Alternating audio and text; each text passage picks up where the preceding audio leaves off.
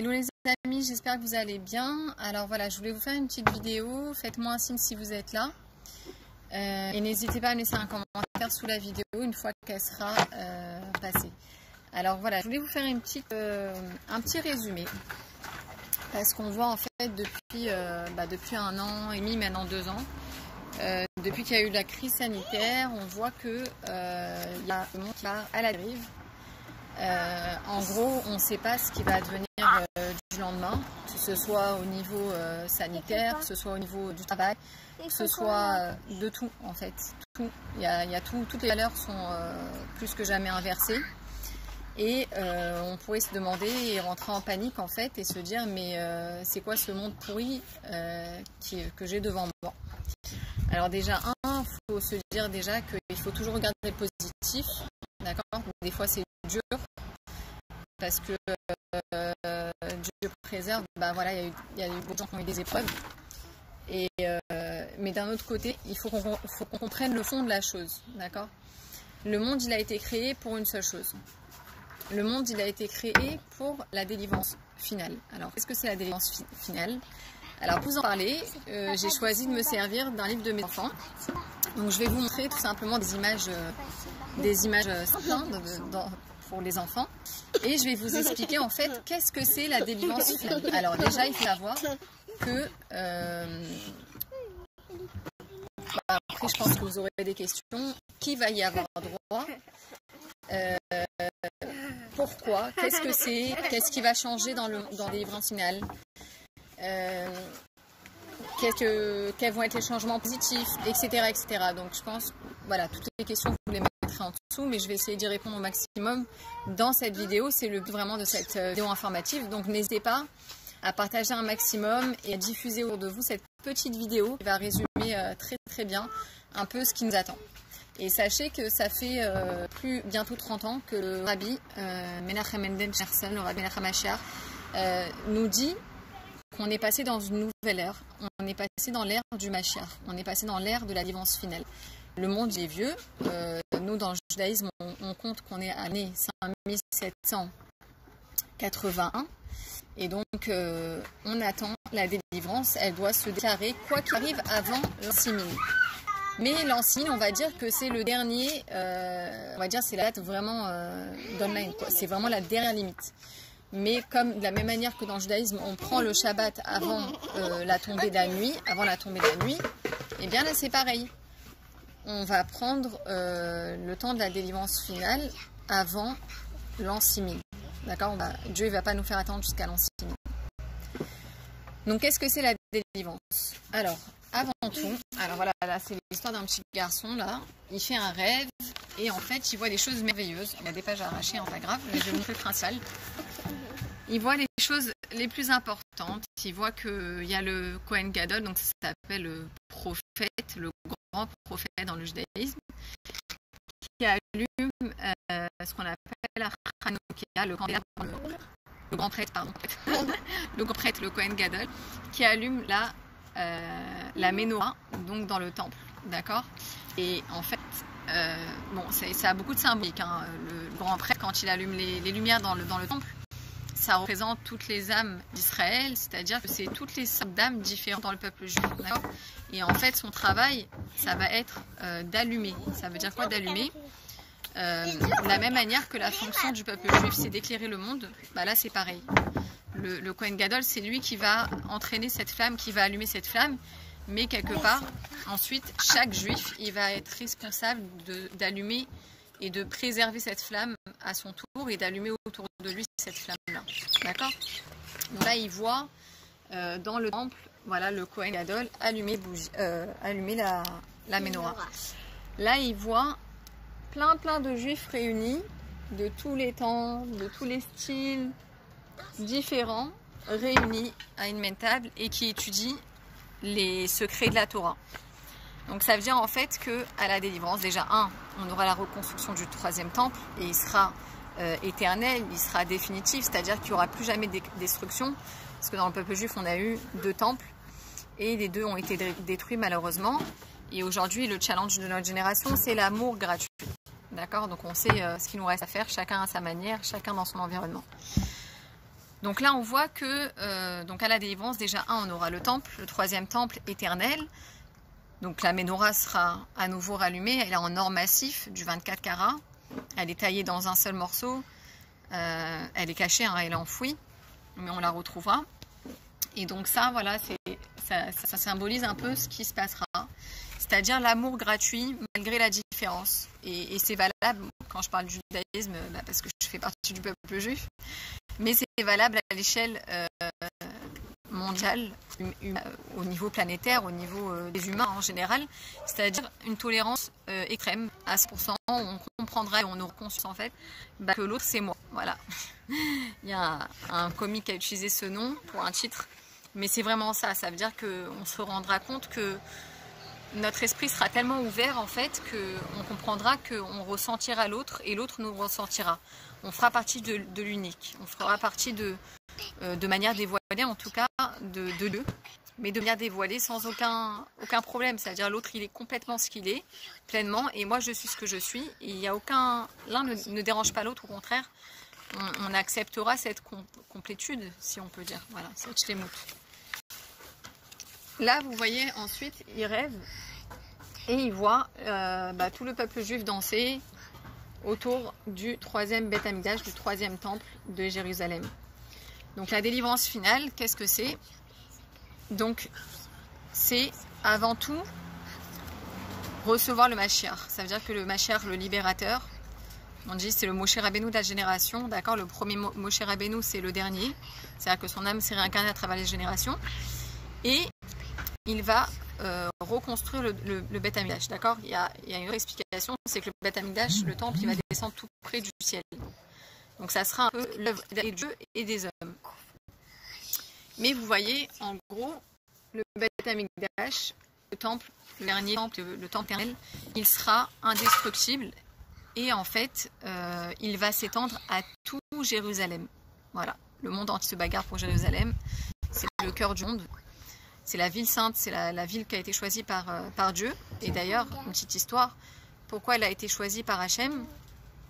Parce que, donc cet endroit spécifiquement, c'est l'histoire de deux frères, un qui était marié et un qui n'était pas marié. Et en fait, ils habitaient l'un en face de l'autre. Et en fait, dans la nuit, celui qui n'était pas marié, il se levait la nuit et il repoussait la barrière de son champ de son frère. C'est-à-dire qu'il a rapproché, en fait, il rétrécissait son champ. Et il agrandissait le champ de son frère qui était marié avec des enfants. Il se disait, moi j'ai pas besoin d'autant de récolte. Mon frère il a beaucoup de bouches à nourrir, je vais lui agrandir son terrain, son champ. Et la nuit, juste après, son frère se levait, celui qui était marié, et il faisait pareil en fait. Il rétrécissait son champ et il agrandissait le champ de son frère. Parce qu'il se disait, mais le pauvre, lui, il est seul, il n'a pas encore de femme, il ne sait pas c'est quoi le bonheur d'avoir une famille, et ça peut le rendre triste. Donc pour pas qu'il soit triste, je vais lui donner d'agrandir son terrain, son champ, pour que ça lui donne plein de récoltes et qu'il soit au moins satisfait de ça. Et en fait, l'un ne savait pas ce que l'autre faisait jusqu'au jour où, dans la nuit, ils se sont rencontrés et ils se sont aperçus que l'un déplaçait la barrière de l'autre. Et ils se sont tombés dans les bras et ils ont dit mais qu'est-ce que tu fais? Mais toi qu'est-ce que tu fais? Et il lui a dit moi je veux agrandir ton champ parce que j'ai pas besoin d'autant d'argent, j'ai pas de famille, j'ai pas de bouche à nourrir. Et l'autre il lui dit non, au contraire, moi je repoussais aussi ma barrière, enfin je t'agrandissais ton champ parce que justement je voulais que tu aies de la satisfaction et que tu sois pas triste de pas avoir encore de femme. Et en fait Hachem, Dieu, il a décidé que cet endroit-là, cet endroit d'amour gratuit, ça allait être vraiment l'endroit où il allait construire son temple, c'est-à-dire là où la présence de Dieu allait se faire ressentir dans le monde. Et ça, sa fonction, c'est ça, c'est de faire résider Dieu en bas dans ce monde-ci. Et c'est le but pour lequel on est sur Terre, hein. Mais ça, on va l'expliquer bientôt. D'accord? Ouais, je vous montre encore une chose. Alors là, ça va être le Fabringen, c'est-à-dire on va se rassembler tous les Juifs vont se rassembler, le monde entier. Et on va faire un grand festin immense avec du vieux vin. Et il va y avoir le Shorabar et le Léviathan, qu'on appelle. Donc ça, c'est un bœuf sauvage, géant. Et il va y avoir le Léviathan, donc c'est un poisson géant qui est caché sous les océans. Donc c'est des bêtes qu'on ne connaît pas encore, mais qui vont être vu au grand jour, au moment où Mashiach va se dévoiler.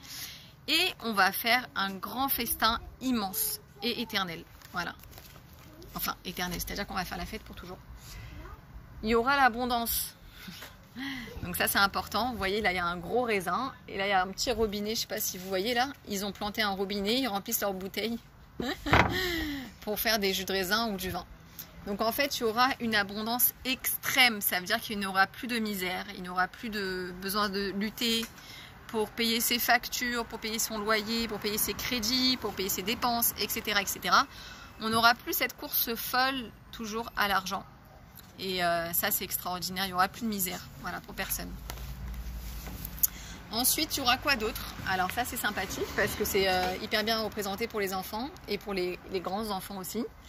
C'est les arbres. En fait, les arbres, ils nous donneront toutes sortes d'objets gratuitement, évidemment. Il n'y aura plus besoin de payer quoi que ce soit, puisque c'est Dieu qui nous le donne directement, sans passer par les êtres.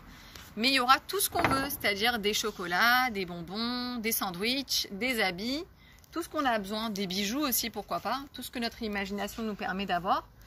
Il y aura tout, vraiment tout ce qu'on veut.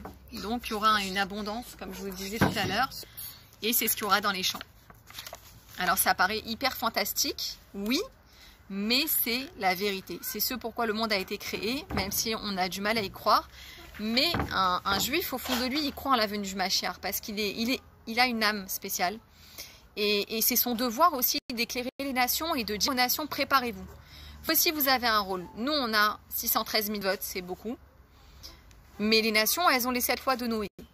Et pour vivre cette délivrance finale, il faut leur faire savoir qu'ils doivent accomplir ces 7 lois de Noé. C'est pas énorme, c'est des choses auxquelles on pourrait penser parce que c'est des morales en fait, c'est des lois qui sont divines mais avec logique humaine, comme la fidélité, comme ne pas manger le membre d'un animal qui est encore vivant, ne pas mentir, ne pas tuer, etc. Donc c'est vraiment 7 lois. Et voilà, il faut le dire, il faut le diffuser autour de nous. Ensuite, qu'est-ce qu'il y aura encore à cette délivrance finale? Il y aura la paix entre les êtres, même entre le règne animal et le règne humain. Aujourd'hui, on vit dans des villes pour se protéger les uns les autres, on se rassemble et les animaux sauvages sont enfermés dans des zoos. Voilà les pauvres, ou dans les jungles, etc., lointaines. Mais en tout cas, loin de la ville. Mais là, ça ne sera plus le cas en fait, parce que les animaux sauvages, c'est-à-dire, par exemple, vous voyez, il y a des serpents, il y a une panthère, il y a une biche juste à côté. Et ben, il n'y aura plus de lutte, il n'y aura plus de guerre, ils n'auront plus faim, ils n'auront plus besoin de chasser, ils n'auront plus besoin de se dévorer les uns les autres. Et j'ai envie de dire, ça sera pareil aussi pour les humains. Donc, en fait, ils mangeront de l'herbe. Tout le monde sera, comment on dit, végétarien. Voilà, donc en fait, on pourra se promener, même nous, les humains, à côté des serpents, des animaux. On pourra discuter avec eux parce qu'on comprendra leur langage. À l'époque, c'est très rare de trouver des gens qui comprennent les animaux, hein, à part dans les films peut-être. Mais à l'époque, il y avait le roi Shlomo Améler, si je ne me trompe pas, le roi Salomon, qui parlait le langage des animaux. Donc c'est quelque chose de très rare, il faut être très très sage, très pieux. Il faut avoir un niveau d'âme extrêmement élevé pour apprendre cette sagesse-là. Mais à la délivrance finale, on aura tous accès à cette sagesse-là. Donc on parlera naturellement avec les animaux. Et en fait, si vous voulez, ils retrouveront leur élévation du début du monde, avant la faute de Adam et Ève, de Adam Arishon. Voilà, et finalement, le petit garçon... Ah oui, ce que j'ai oublié de vous montrer aussi, ce qui est extrêmement important, c'est, qu'est-ce qui va changer? C'est qu'il n'y aura plus jamais de maladie, plus jamais de malades, plus jamais de mort. Là, vous voyez ici ce petit détail, c'est extraordinaire, ils ont pensé à tout. Il y a un fauteuil roulant et des cannes, une canne pour le monsieur et une béquille pour lui, etc. Et bien en fait, à la délivrance, il n'y aura plus jamais de maladie, plus jamais de mort, plus jamais de malheur, de séparation. Ça veut dire qu'en fait, tout le monde vivra éternellement. Ça fait partie du processus de la délivrance, la reconstruction du Beth Amikdash, rassembler les exilés, et ensuite, Hachem, il finira par ressusciter les gens qui ont disparu de ce monde. C'est-à-dire qu'ils vivront tous éternellement. Après, on peut se dire, mais d'accord, mais alors avec quel corps on va revenir? est-ce que j'aurai 100 ans, est-ce que la personne elle sera aussi vieille que comme elle est partie de ce monde, est-ce qu'elle sera jeune, est-ce qu'elle sera en bonne santé directement, etc. Il y a plusieurs explications, mais en gros, le point qui est retenu, c'est qu'on aura tous entre 25 et 30 ans, c'est-à-dire au top de la forme. Mais au début, on va revenir avec nos défauts, dans le même état dans lequel les gens sont partis, en fait. Enfin, pas nous, parce que nous, on va recevoir la Géoula, mais les gens qui nous ont quittés, pour qu'on puisse les reconnaître, ils vont revenir dans le même état dans lequel ils nous ont quittés. Mais ensuite, ils vont guérir. Hachem, Dieu, il va les guérir et il va les rajeunir, etc. D'accord? Et ça, je pense que c'est un point important. Et de la même manière qu'il n'y aura plus de souffrance, il n'y aura plus de maladie, il n'y aura plus de mort, il n'y aura plus non plus de mal. Il n'y aura plus de mal non plus. C'est quoi le mal?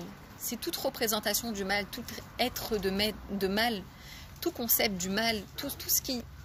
Bon, on va arrêter de dire ce mot parce que ça donne des forces, mais on va dire tout ce qui est contraire au bien, à l'expression de l'amour, de la construction, tout ça va disparaître. Tout ça va disparaître. Et en fait, il y aura un moment où Dieu il va nous laisser le temps de faire tchouva, c'est-à-dire de se repentir. Et il va laisser aussi ce temps aux nations, évidemment. Et c'est où la personne va reconnaître la gloire de Dieu, d'un Dieu unique, qu'il n'y a jamais eu autre que lui, ni statut, ni idolâtrie, ni intermédiaire, etc., etc. Où la personne, en fait, si elle ne reconnaît pas l'unicité de Dieu, hop, elle va disparaître, elle va retourner dans le néant comme si elle n'avait jamais existé dans la création du monde.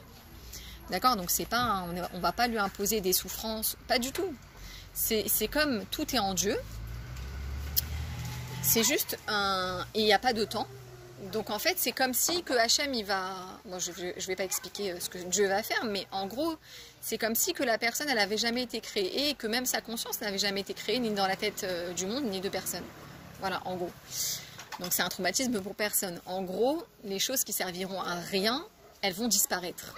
Pour vous donner un exemple, la chassidoute, le rabbi nous enseigne que à la délivrance, on aura chaque foyer aura sa maison privée. Alors là, tout ce qui est merci. Tout ce qui est immeuble à 60 étages, ça n'existera plus. On ne sera plus enfermé dans des cages à poules comme ça, des boîtes. Peut-être qu'il y a des gens qui adorent, mais on ne sera plus enfermé, cloîtré. Enfin voilà, pendant le confinement, Dieu il nous a montré que c'était pas la solution, c'était pas génial. Et on sera vraiment dans une maison privée pour chaque famille. Et il n'y aura pas de voisinage qui dérange, c'est-à-dire que l'intimité, ça sera construit de telle manière à ce que l'intimité de chacun sera respectée. Il n'y aura pas de problème de bruit, etc. On pourra faire la fête quand on veut, tout le temps qu'on veut, voilà, sans déranger les autres. Et évidemment, on retournera au temple, au 3e temple, et on pourra servir Dieu à nouveau.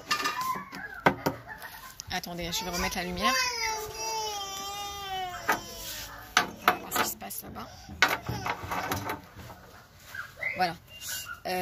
On pourra aller servir Dieu à nouveau dans le temple. Et évidemment que les nations, elles sont les bienvenues pour aller servir Dieu depuis toujours. Hein. De toute façon, pendant les 2 temples, c'était le cas.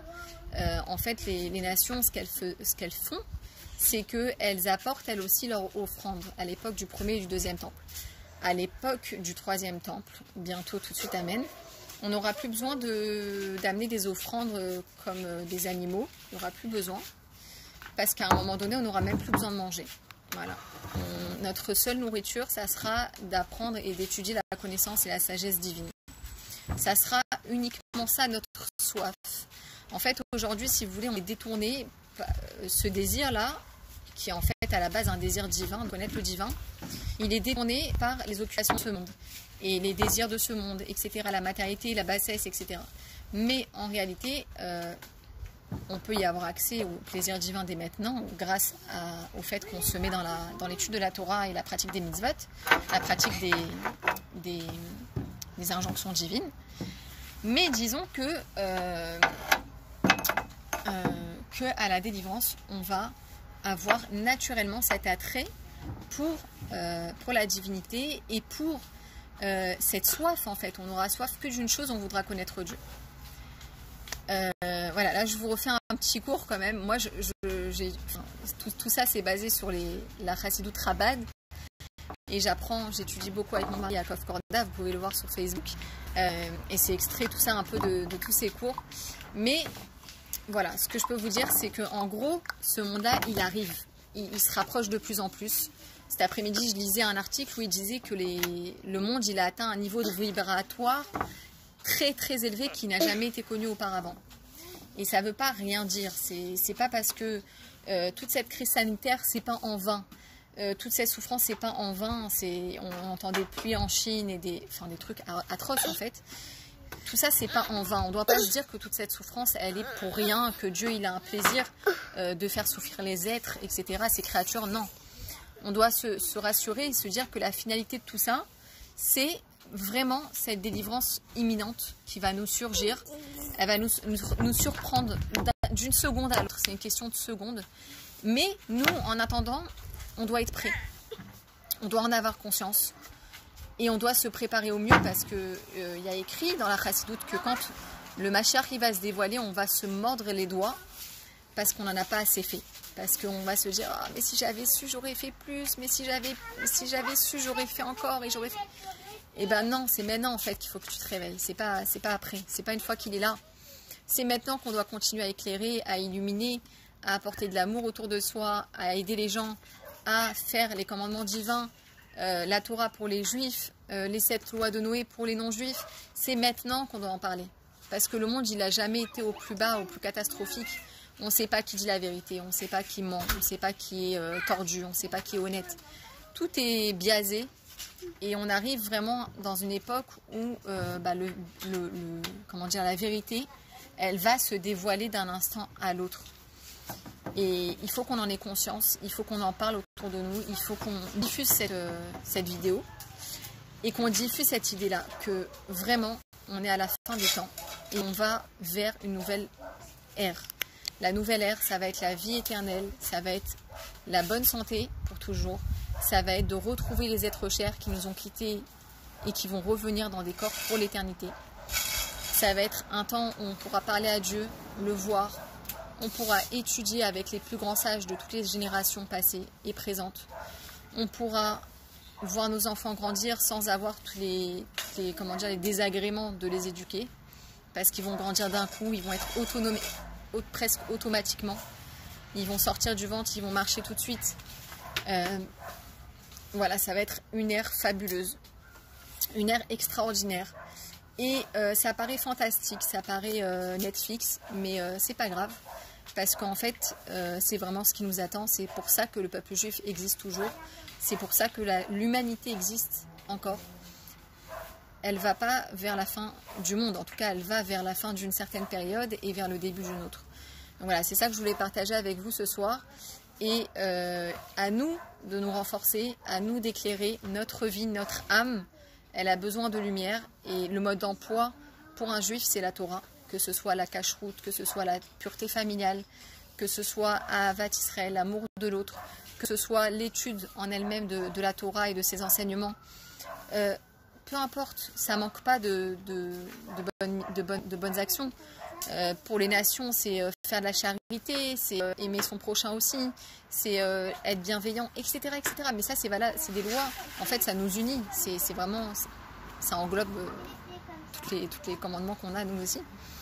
Mais c'est vraiment rentrer dans cet état de prise de conscience et de fusion avec l'unicité de Dieu, de comprendre qu'il n'y a que lui sur terre, il n'y a toujours eu que lui.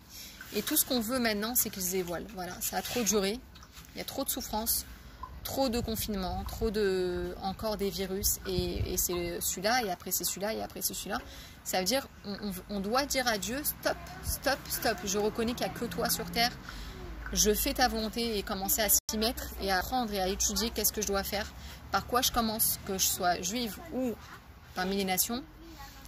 Il y a tellement de choses à faire pour satisfaire la volonté de Dieu et lui montrer en fait que voilà, je fais une résidence pour toi Dieu, ici-bas. Et c'est pour ça qu'on a été créé. En fait, que ce soit juif ou non juif, on a été créé pour faire une résidence ici-bas à Dieu, à travers ses commandements. Et il faut qu'on lui montre, il faut qu'on lui prouve qu'on en a marre, que ça suffit, qu'on veut qu'il se dévoile, qu'il mette fin à tout ce cirque, j'ai envie de dire, et qu'il nous ouvre les yeux et qu'on puisse passer dans cette nouvelle ère qu'on attend tellement depuis des 5781 ans, bientôt 82. On attend vraiment la fin de cet exil et on veut voir le 3e temple éternel reconstruit à Jérusalem. On veut voir tous ceux qui nous ont quittés, âme dans un corps en bonne santé. On veut voir Dieu, on veut lui parler et on veut voir le bien sur terre sans aucun mal, aucune souffrance. Voilà mesdames, j'espère que ça vous a plu ce petit cours. N'hésitez pas à me poser des questions ou me laisser des commentaires en dessous de la vidéo, ça me fera très plaisir. Surtout partagez-la, c'est très important comme message. J'ai essayé d'être assez brève, mais partagez-la un maximum pour que ça aille le plus loin possible. Voilà. Je vous dis bonne soirée, que des bonnes choses et partagez-la. Bye bye.